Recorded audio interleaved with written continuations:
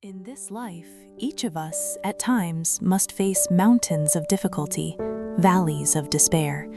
Sometimes storms rage, threatening to engulf everything.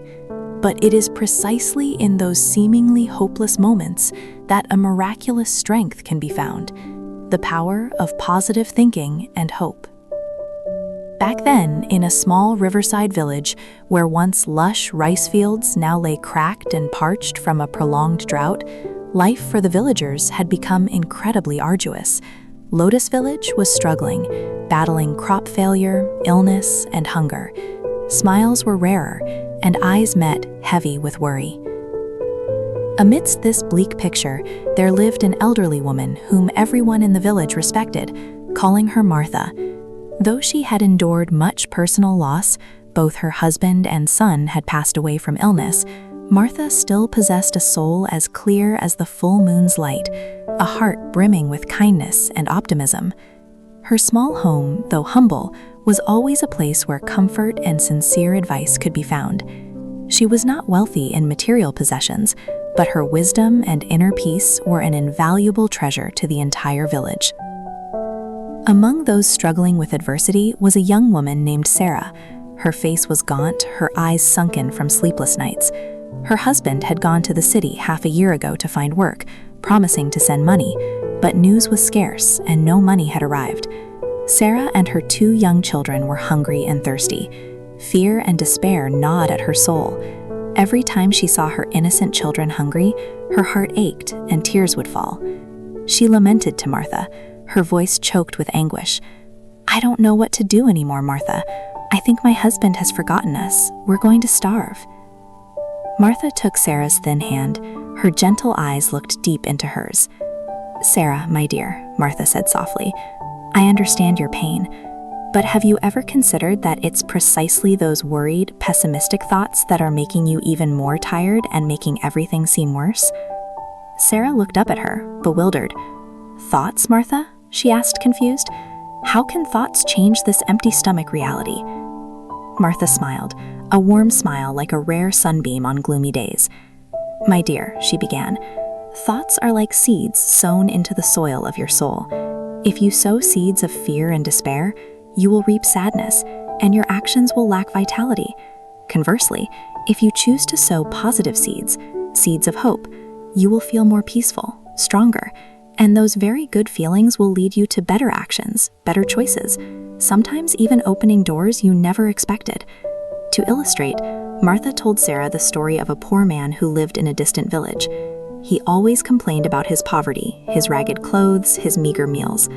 One day, a passing hermit said to him, "My friend, be grateful that you still have eyes to behold the beauty of the world, ears to hear the birds sing, legs to walk, and a heart to love.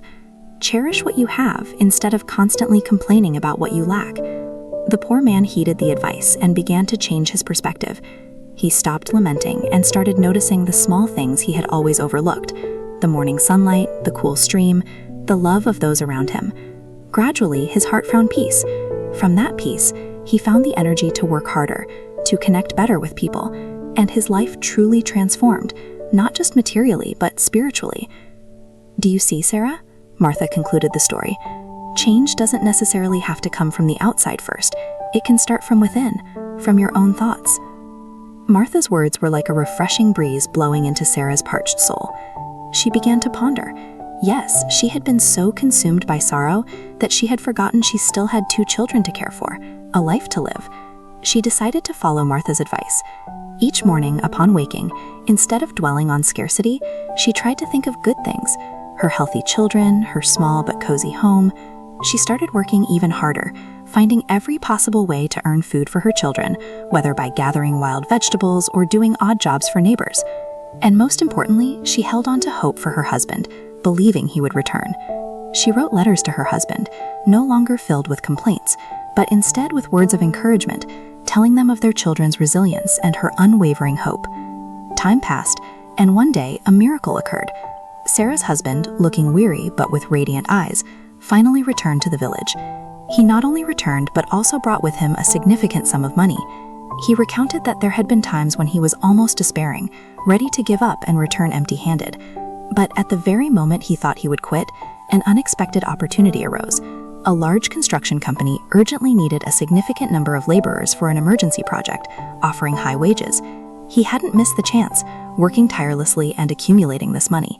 He confessed that Sarah's hopeful and optimistic letters, though not explicitly stated it, had given him the mental strength during his most difficult hours.